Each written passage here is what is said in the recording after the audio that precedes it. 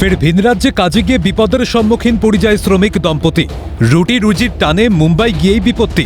বাংলাদেশি সন্দেহে উত্তর 24 পরগনার হরিহরপুরের বাসিন্দা ফজর ও তার স্ত্রীকে গ্রেফতার করেছিল মুম্বাই পুলিশ।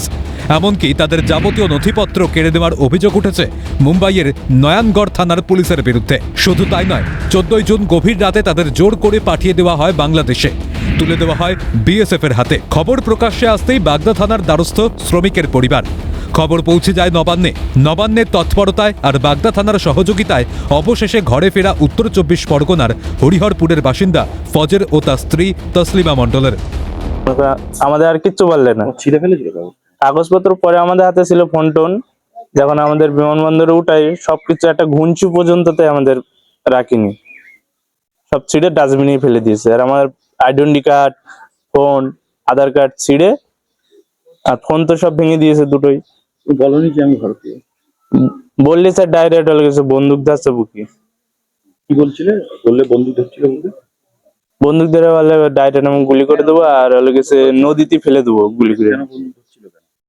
তাই আমি একটু শুনে বেশি বকিছি, বলেছি আমার বাগদা থানায় বাড়ি, আমার গ্রাম হরিহরপুর, এরকম ভাবে বলেছি বলে আমার এই কথা বলে।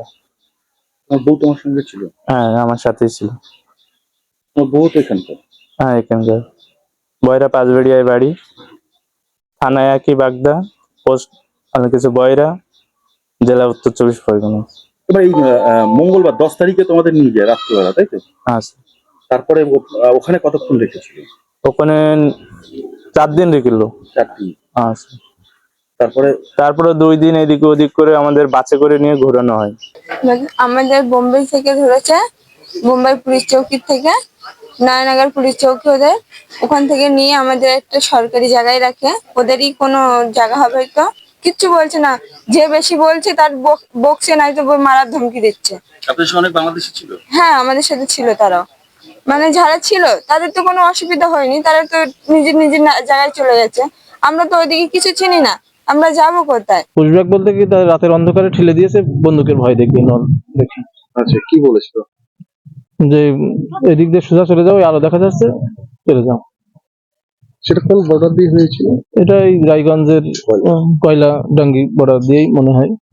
এখন আমাদের এমএলএ মধুপর্ণা ঠাকুর, তারপরে আমাদের রাজ্যসভার এমপি মমতা ঠাকুর এর কাছে, এবং বিভিন্ন জায়গায় আমরা জানালাম।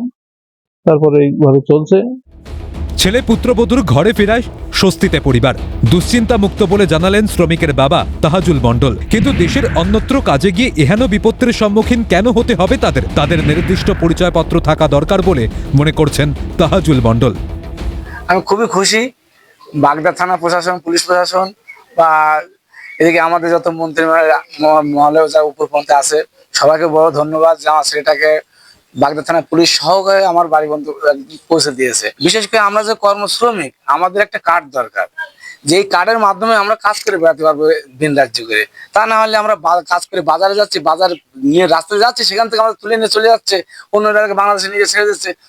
খুব ভালো লাগবে। কিরকম উৎকণ্ঠায় ছিলেন? খুব খারাপ ছিল, এখন শান্তিতে আছি। পুলিশ প্রশাসনের অতি সক্রিয়তায় ঘটনাকে ঘিরে শুরু হয়েছিল বিএসএফ ও বিজেপির মধ্যে ফ্ল্যাগ মিটিং।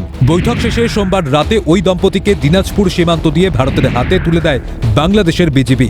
রাতেই বাগদায় নিজের বাড়ি এসে পৌঁছায় তারা।